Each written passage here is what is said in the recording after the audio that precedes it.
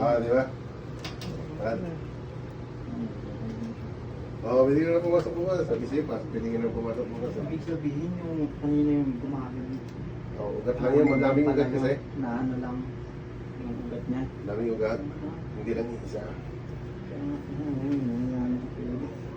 Lalakad mo na nga. Kasi tagal ko nang hindi ko mapasok.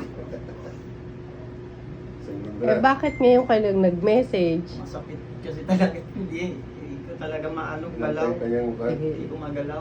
Pinapakiramdaman. Hindi ko may, kasi yung ano hindi ko na may tapak. Hindi na ako makatayo. Kaya nakakaramdam na ganyan. Sigaw ako ng sigaw. Hindi ako mapakali bro. Kung may masakit ako. Hindi pwedeng mayroon akong maramdaman sa sakit na pag ginawa.